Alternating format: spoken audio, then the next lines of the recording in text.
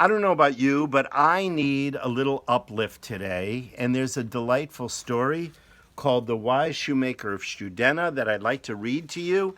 This is actually a book that I bought a number of years ago, and that it was actually used years later by PJ Library to share with all the young families.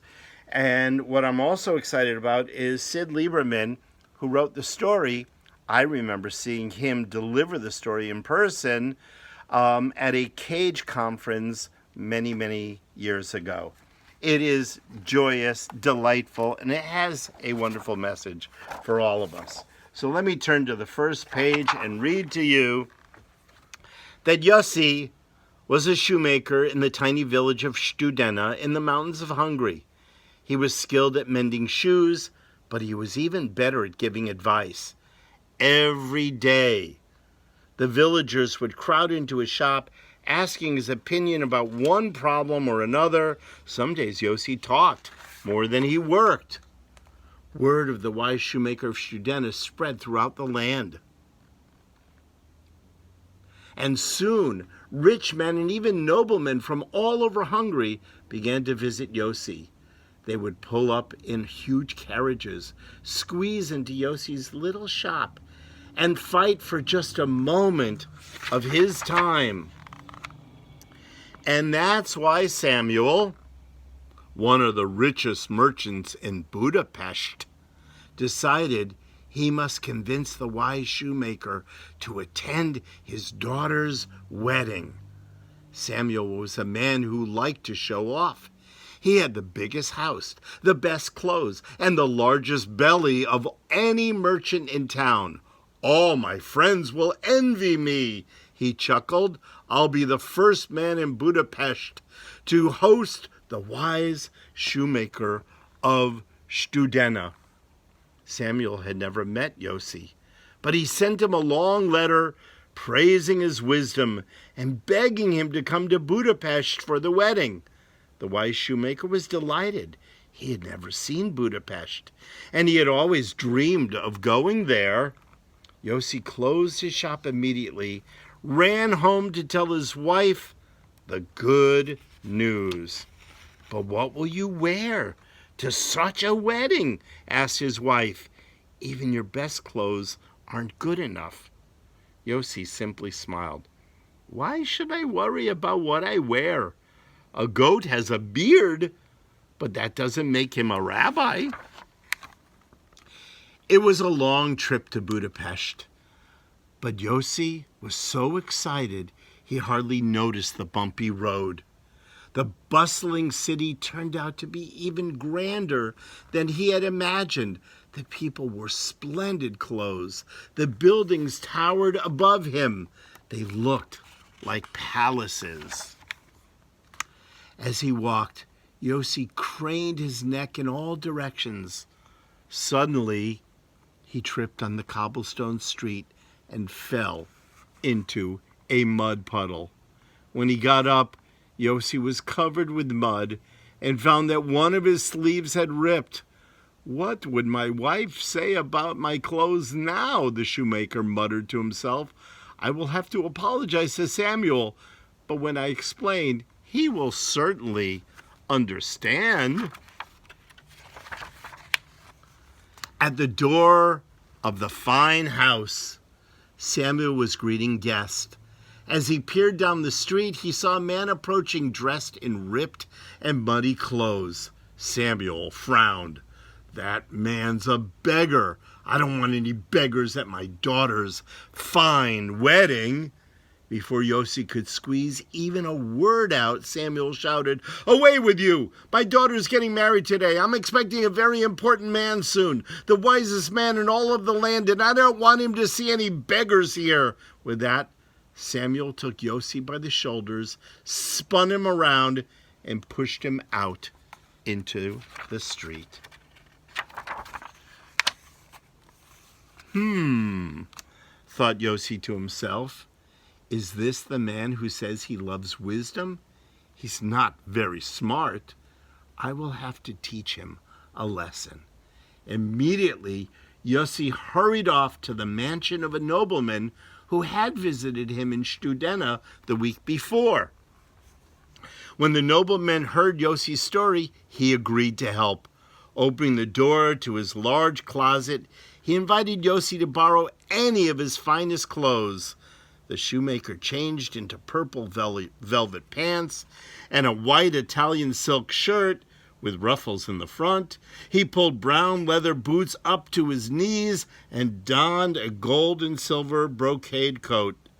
The nobleman perched a large black silk hat on Yossi's head. Then Yossi took the man's walking stick with the magnificent gold knob, and off he strode to the wedding. There he is. Not the way I usually dress. Well, at least less than once a month do I dress that way. This time, when Samuel saw Yossi coming, he thought, that must be the shoemaker. Look how beautifully he's dressed. I knew he was a great man. Samuel greeted him with the greatest respect. He took the shoemaker by the hand and proudly introduced him to all his guests.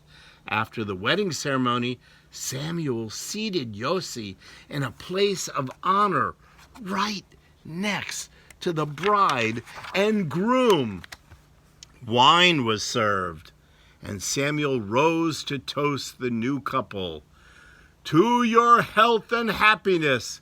Everyone stood and drank a glass of wine. That is, everyone but Yossi.